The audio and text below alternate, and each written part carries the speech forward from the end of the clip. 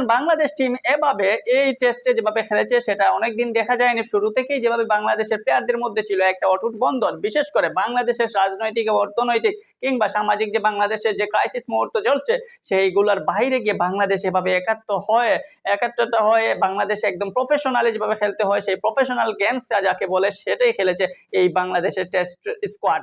সাকিব আল হাসানকে নিয়ে যদি বলি যে সাকিব আল হাসানের উপর রয়েছে বর্তমানে হত্যা মামলায়, এসব মামলাকে আলাদা রেখে তিনি প্রফেশনালি যেভাবে মাঠে খেললেন এবং মাঠে যেভাবে একদম বলতে হবে সাকিব আল হাসান এবং মেহেদী হাসান মিরাজের দুর্দান্ত বোলিং অ্যাটাকের কারণেই কিন্তু পাকিস্তান কুপোকাত হয়। আর সেখানে ম্যাজিকটা দেখিয়েছেন সাকিব এবং মিরাজ। বিশেষ করে মেহেদী হাসান মিরাজ যখন পাকিস্তান একদম পিছু হয়ে যাচ্ছিল, মোহাম্মদ রিজওয়ান এক প্রান্ত আগলে রেখেছিলেন, মনে হচ্ছিল যে রিজওয়ান কিছু সময় টিকলে হয়তো সেকেন্ড সেশনটা তিনি উদ্ধার করে নিতে পারবেন, কিন্তু সেই মোহাম্মদ রিজওয়ানকে মেহেদী হাসান মিরাজ বোল্ড আউট করে প্যাভিলিয়নে ফিরিয়ে দিলেন এবং সেখানেই পাকিস্তানের আশাকে তিনি ফুল স্টপ দিয়ে থামিয়ে দিলেন এবং সেখান থেকে শুরু করলেন সাদমান ইসলাম এবং জাকির হাসান। 30 রানের সহজ টার্গেট জয় লাভ করা, 30 রানের সহজ একটা টার্গেটকে জয় এনে দিতে বেশি সময় নেন নাই দুই ওপেনার, তাতেই বাংলাদেশ জয় পায়, ইতিহাসের সেরা জয়। বাংলাদেশ পাকিস্তানের সাথে এখন পর্যন্ত যে 15-14টা টেস্ট খেলেছিল সেই 14 টেস্টের মধ্যে শুধুমাত্র প্রাপ্তি ছিল 2015 সালে ফতুল্লাতে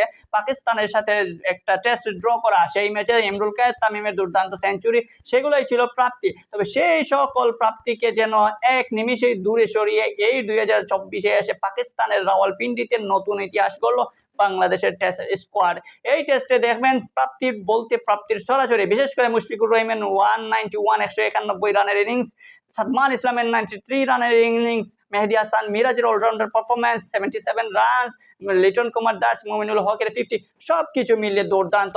ফেজ অ্যাটাকে যে নাহিদ রানা, হাসান মাহমুদ, শরীফুল ইসলামের বোলিং ছিল মারাত্মক আগুন। শরীফুল ইসলামের অ্যাগ্রেসিভ কিন্তু মোটামুটি পাকিস্তানি ব্যাটারদেরকে একটু বয় দড়িয়ে দিয়েছিল, সাথে তো মেহেদী হাসান মিরাজ এবং সাকিব আল হাসানের দুর্দান্ত জুটি। তাই বলাই যায় যে এই টেস্টে বাংলাদেশের জয়টাকে আপনি কোনোভাবেই ছোট করতে পারবেন না এবং এই টেস্টে কিভাবে বিশেষণ বা বিশেষিত করবেন সেটাও খুঁজে পাবেন না। তবুও বলতে হবে যে বাংলাদেশ এইরকম একটা পরিস্থিতিতে বাংলাদেশের মানুষের মুখে যদি যে হাসিটা ফুটছে তার জন্য বাংলাদেশের এই টিমকে থ্যাঙ্কস জানাতেই হবে।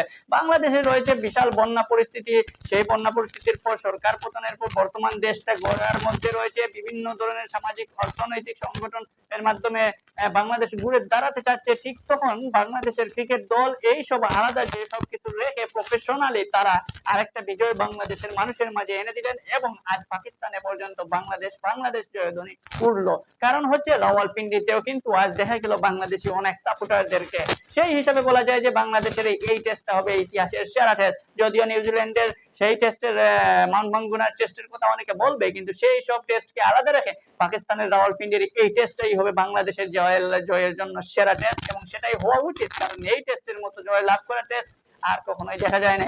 বাংলাদেশে তার দিকে বাংলাদেশ এও টেস্ট ম্যাচ খুবই কম জয়লাভ করে, সেক্ষেত্রে নিউজিল্যান্ডের টেস্টটাই সবচেয়ে বেশি এতদিন ছিল টপ লেভেলে, কিন্তু সেই টপ লেভেলের নিউজিল্যান্ডের টেস্টের বাইরে কিন্তু এই পাকিস্তানের টেস্টের মাহাত্ম গুরুত্ব সবচেয়ে বেশি। এই টেস্টের দিকে তাকান, এই টেস্টে বাংলাদেশ 4 দিন পর্যন্ত পাকিস্তানের সাথে দাঁতে দাঁত রেখে কিন্তু লড়াই করেছে এবং মুখোমুখি দুই দলই সমান সমান ছিল।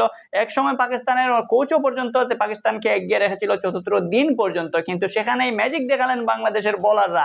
5ম দিনের ফার্স্ট সেশনেই পাকিস্তানকে নিয়ে নিলেন একদম শেষ করে, আর সেখান থেকে আর পাকিস্তান ঘুরে দাঁড়াতে পারেনি, যার ফলে পাকিস্তান হারলো এবং বাংলাদেশ ইতিহাস করলো। আর সেই ইতিহাসের অংশ হতে পারে বাংলাদেশের যে ক্রিকেটাররা রয়েছে তারা হয়তো নিজেদেরকে গর্ববোধ করবে, সাথে বাংলাদেশের যারা ফ্যান ফলোয়ার রয়েছে তারা এইরকম একটা জয় দেখে তারাও আনন্দিত হবে।